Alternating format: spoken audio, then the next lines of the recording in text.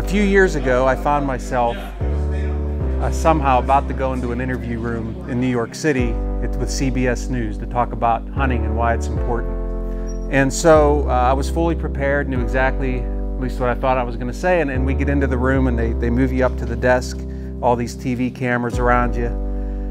And the first question they asked me was, why do you hunt? Why is it appealing to you? And I was like, well, goodness, I should be able to answer this, but this isn't what I'd prepared for. I was going to get into all the technical things about hunting and why it matters.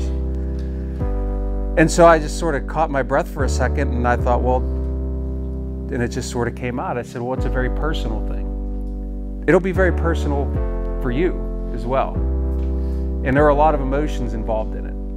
And so it's okay to laugh and have fun. It's okay to cry if you feel like you need to cry because it's emotional. And one of the strangest things, and it's hard for any of us to articulate, is we love these animals so much, but yet we're willing to go out there and take their life. Man, how do you explain that? I'm Nick Pinizzotto. I'm the president and CEO of the National Deer Association. Field to Fork is a really unique way of introducing people to the outdoors. It's not the traditional type of where we have events usually geared toward youth, and I think those are important, but in this case we're more focused on adults who have always had an interest in hunting but maybe never got an opportunity, never had anybody show them how to do it. Maybe they grew up in an environment where it just wasn't as common. And so we have found that with young adults, they have the wherewithal, whether it be money, a vehicle, or whatnot, to get to these places where they can hunt. My name is Kelsey Meehan, and I'm a graphic designer for MEAT. I always sort of imagined myself as a nature appreciator, and I never really connected hunting and an appreciation of nature together. I had this idea that there were these two things that didn't really gel, and that you couldn't be a deep appreciator of nature and wildlife, mainly wildlife, if you were going out there to kill something, and that is, I think, far from the truth. You can be both things, and actually I think hunting is going to increase one's appreciation of nature. Like, I learned things about deer that I never knew. You know, you saw them and you're like, oh, that's cool. I see some wildlife, I see some deer, that's amazing, but learning about their biology is wild. The biggest answer for me is that I think I owe it to, not just to the mentees here who are, taking the time to come and learn this and want to be a part of the sport. I think I owe it to the sport. I owe it to the animals that we harvest, and most of all, I think I owe it to the people who took the time to teach me everything that I know. I think it's vitally important. Even this weekend, we've talked about numbers in different places in this country and how they've either spiked or they've really gone down. And I think that it's very important for the sport overall to introduce as many new people as possible to make people realize how awesome it is. As a deer outreach specialist, I do a lot of different things. I work in a lot of outreach and education, so I put on events like Field to Fork and different events that kind of work in that R3 world and that recruit, retain, and reactivate world for hunters. A lot of my friends and family hunt, and I've just never gotten into it, and I've shot guns my whole life, like I mentioned, and I think that was my biggest concern, was I didn't feel comfortable going out on my own and just trying to learn, watch YouTube videos. And so with this program, they assigned us a mentor, someone that's been hunting a very long time to teach us the right way, and they did a really good job of not just talking about safety, but how to harvest the animal correctly, how to make a good shot. And they really broke it down to make sure that they're cultivating future hunters that do it the right way, so that way someday I can pass this knowledge down to my kids. Well, here's the deal. I was kind of hoping you wouldn't bring that up.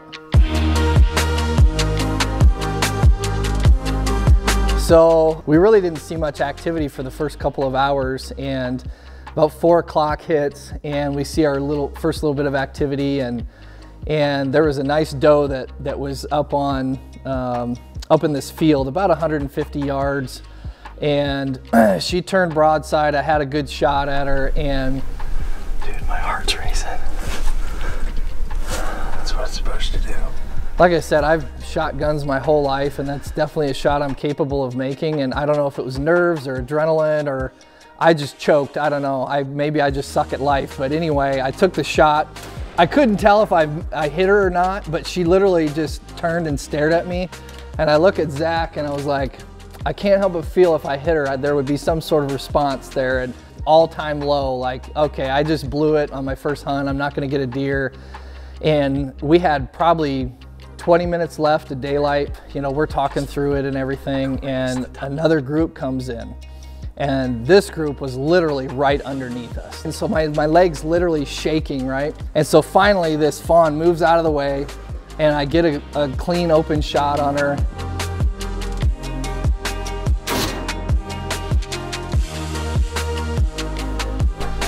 She's down. She's down. I got her, Zach. She's down. It's hard to beat that, right? I get it, bud. Like, man, what's the big deal with this hunting stuff? And that was like one of the coolest things I've ever done. Showing people the process that we go through as hunters, how you see an animal, you respect it, you understand kind of the biology and the behavior. You go through the harvest of that animal, and then you process and eventually eat that animal and kind of see where your food is coming from and see that source. And so it's all about taking people through that process and helping new adult hunters get into hunting and see what it's all about and feel that connection to the earth. It's great to introduce a youth to the outdoors, but they need somebody else to get them to where they need to be to participate. And so this program has been unique in that regard, in that it's just aimed at a little bit different demographic of people, and people that come from all walks of life. 80% of them are still hunting 5 years later, and that's a pretty good track record. I wanted to see what hunting was all about. Another reason why I wanted to participate in it is, ideally, I would like to live on my own plot of land and be able to grow some of my own food and sort of sustain myself in some ways. And I think hunting is a necessary part of that. I can shoot, the idea is to be accurate, and I'm going to kill something. And it's like, what then? You know, harvesting something. What do you do after you make the shot?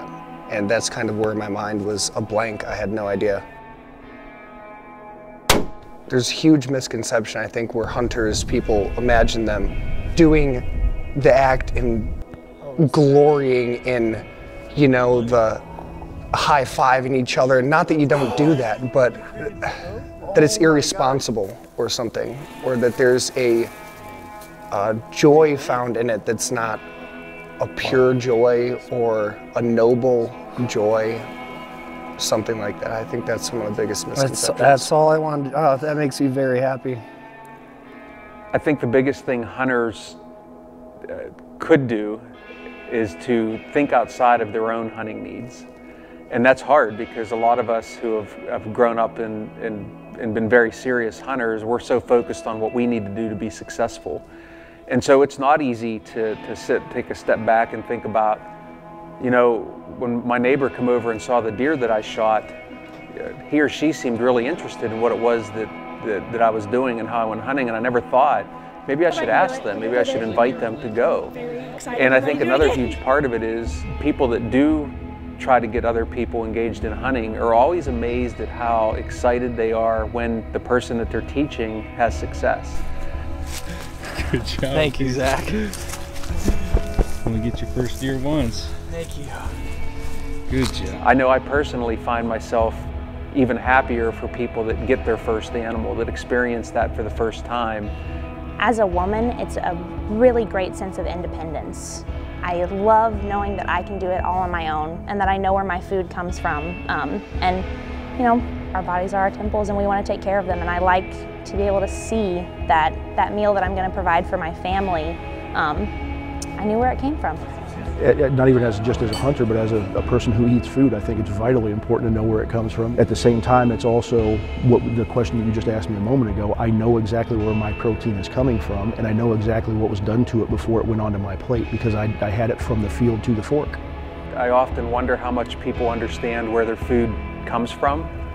I've had the fortune of growing up in an environment where harvesting our own food was something we always did, whether it was to just have a garden in the backyard or, of course, hunting. And you know, a lot of people that haven't had that opportunity, most of their food, they think about going to the grocery store to get it.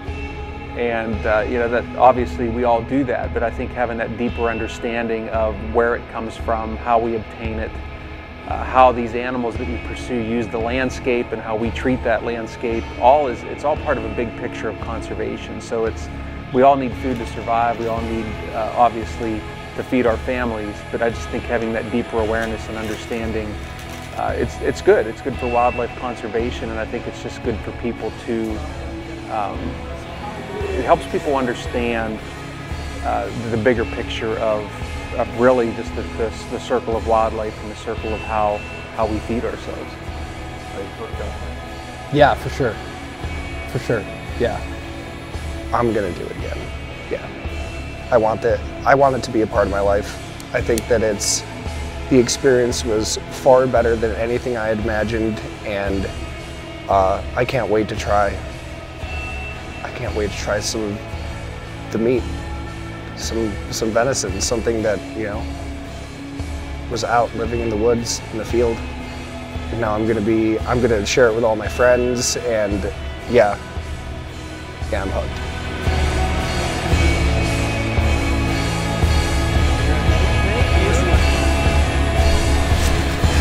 Thank you, Zach.